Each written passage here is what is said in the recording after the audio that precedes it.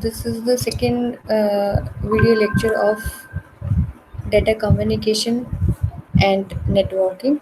And in this lecture, we are going to cover components of data communication and the data representation, means how you represent data in your devices or in a computer system. So first is data components of data communication. So basically, data communication, it has five components. um, First is messages, means whenever you are communicating from one device to other device, you have a device which is known as sender. Then through any medium, it can be a wired medium or it can be a wireless medium, and your message, you will have a message that can be in the form of any one these data representation forms. And then you will have a receiver who will receive the data. Then sender will send the data, and that data will be sent through a medium, and that data will be in the form of a message, and that message will be received by a receiver. So at the sender end, we have some protocols, and at receiver end, we will have some protocols. Now, what are the senders? What are the messages? What are the mediums? Who are the receivers? And what will be the protocols at senders and receivers end? These all makes the components of data communication. So we go through the messages. So messages, it can be any information that you want to share with other participant. So it can be a data that has to be communicated over a medium, and it can be in the form of information जो होती है वो हमारी text के form में भी हो सकती है. It can be in form of numbers, pictures, audios and videos. It can be in any form. So that message will be send by a sender. Sender इसको सेंड करेगा. तो सेंडर क्या है? वो कोई डिवाइस हो सकती है जो सेंड करता है डेटा को, या मैसेज को जो सेंड कर रहा है वो सेंडर कहा जाएगा. और ये कोई कंप्यूटर हो सकता है, ये कोई वर्क स्टेशन हो सकता है आपका. सो ये क्या हो सकते हैं? ये कोई भी आपके कंप्यूटर्स हो सकते हैं, वर्क स्टेशंस हो सकते हैं, मीन्स बिग कंप्यूटर सिस्टम्स आपके हो सकते हैं. कोई आपके पास मोबाइल फ़ोन्स आपके, या कहें कि टेलीफोन्स आपके पास हो सकते हैं ये. ठीक है. एंड टेलीविज़न भी हो सकता है, अगर वन वे कम्युनिकेशन है आपका, ब्रॉडकास्टिंग मीडियम कोई भी आपका हो सकता है. सो सेंडर हमारा कुछ भी हो सकता है. देन उसके बाद हमारे पास आते हैं रिसीवर, जो कि मैसेजेस को रिसीव करते हैं. तो ये भी हमारे पास कोई क्या होगा, एक कोई डिवाइस हो सकती है, या फिर जो कोई भी मैसेज को रिसीव कर रही है. और ये भी हमारा क्या हो सकता है? एक कंप्यूटर हो सकता है, वर्क स्टेशन हो सकता है, टेलीफोन्स हो सकते हैं, या हमारे टेलीविज़न्स भी हो सकते हैं कि जो सिग्नल्स को रिसीव कर रहे हैं. फिर आता है आपका transmission medium. Transmission medium means sender से रिसीवर तक जब आप मैसेजेस को कन्वर्ट कर रहे हैं या ट्रांसफॉर्म कर रहे हैं, या कहें कि सेंडर से रिसीवर तक मैसेजेस को भेज रहे हैं, तो ये मैसेजेस किसके थ्रू ट्रेवल करेंगे सेंडर से रिसीवर तक? तो वो हमारा होता है ट्रांसमिशन मीडियम, जिसके थ्रू हमारे मैसेजेस क्या करते हैं? ट्रेवल कर सकते हैं. सो हम इसको अगर सिंपल फॉर्म में हम इसे कहें तो it can be a physical path. ठीक है. एक कोई भी फिजिकल पाथ हमारा हो सकता है by which our message will travel from sender to receiver. So इसका एग्जांपल अगर हम कह सकते हैं तो कोई, अगर हम वायर्ड मीडियम में काम कर रहे हैं, ये दो तरीके के हो सकते हैं. हमारे पास वायर्ड हो सकते हैं या वायरलेस हो सकते हैं. If we are working on wired medium, then हमारे ट्विस्टेड पेयर है, ट्विस्टेड पेयर वायर हो सकते हैं, कोएक्सियल केबल हो सकते हैं, फाइबर ऑप्टिकल केबल हो सकती हैं. And if we are working on wireless medium, तो हमारे पास जो रेडियो वेव्स हैं वो हमारी वायरलेस मीडियम के लिए वेव्स हो सकती हैं. Then next is are protocols. Protocols क्या है कि अब जब मैसेज सेंडर से रिसीवर तक मैसेजेस जा रहे हैं, तो वहाँ पर डाटा कम्युनिकेशन के कोई ना कोई रूल्स जो होते हैं, वो हमारे मैसेजेस को फॉलो करने पड़ते हैं या हमारे डिवाइसेस को फॉलो करने पड़ते हैं, तभी वो कम्युनिकेट कर पाती हैं एक ऑर्डर में। सो एक एग्रीमेंट हो सकता है कम्युनिकेशन डिवाइसेस के बीच में, तो हम इसको बेसिकली क्या कहेंगे, it will be an agreement between communication devices mean sender and receiver के बीच में।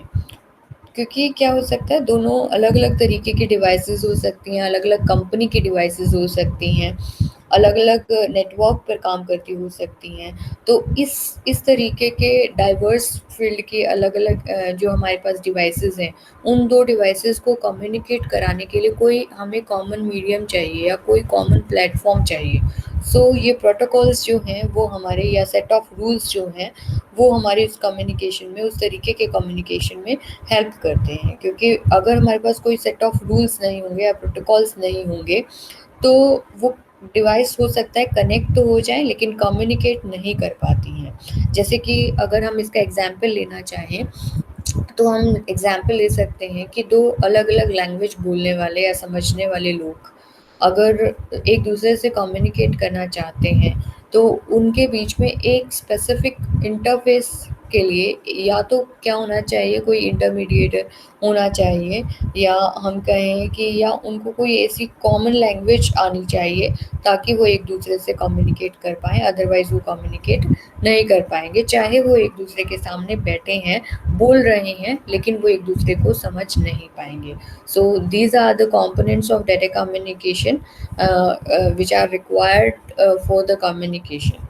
Okay, then we will go on the data representation, कि हम कम्युनिकेट करना चाहते हैं, मैसेजेस को सेंड करना चाहते हैं, लेकिन मैसेज जो हम सेंड कर रहे हैं वो किस फॉर्म में हो सकता है। तो मैसेज या फिर हम कहें कि इंफॉर्मेशन जो हमारी हो सकती है, वो हमारी इंफॉर्मेशन इन 5 फॉर्म्स में हो सकती है। सबसे पहली फॉर्म हमारी होती है टेक्स्ट फॉर्म, ठीक है। इसको हम बिट पैटर्न के अंदर हम रिप्रेजेंट करते हैं, ठीक है। टेक्स्ट की फॉर्म में हो सकता है और इसको हम बिट्स की फॉर्म में रिप्रेजेंट करते हैं।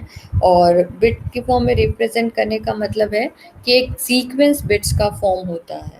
ऑब्वियसली एक अकेली खाली बिट तो नहीं हो सकती है। अगर आप एप्पल भी लिखते हैं, ए ही भी लिखते हैं, तो उसमें भी ज़ीरोज़ एंड वंस के सेट हमारे पास बनते हैं, क्योंकि हमारा सारा जो कंप्यूटर सिस्टम है या कोई भी मशीन है, वो बाइनरी लैंग्वेज कहें कि बाइनरी डाटा को ही समझ सकता है।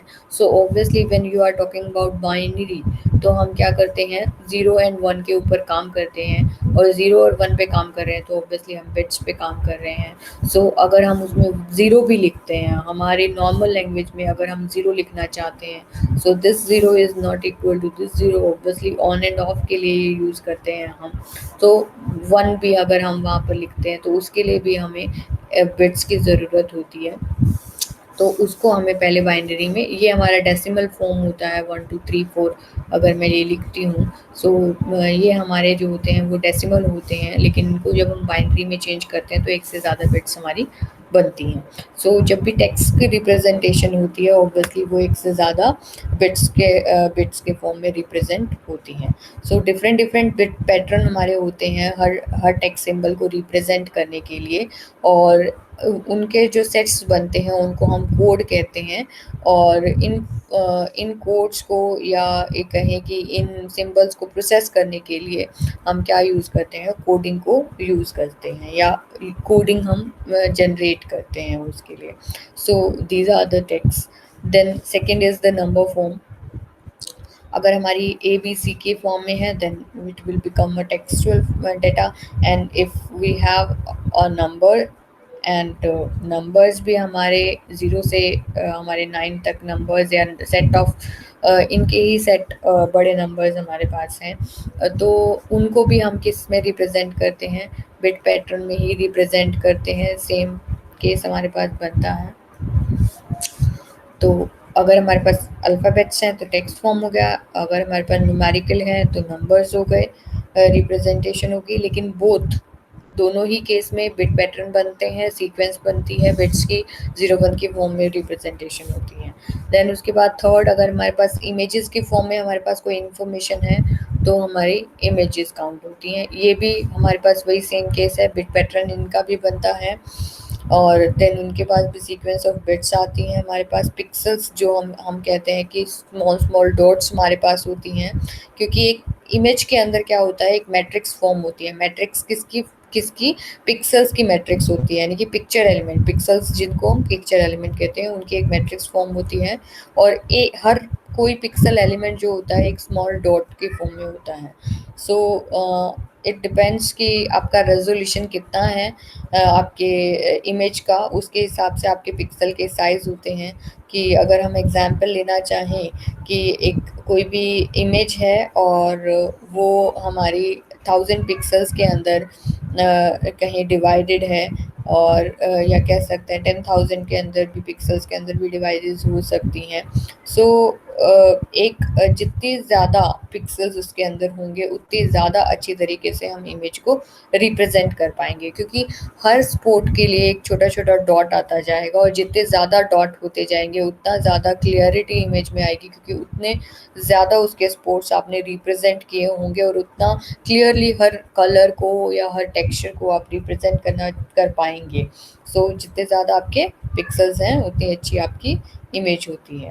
देन उसके बाद हमारे पास आते हैं, नेक्स्ट है ऑडियो।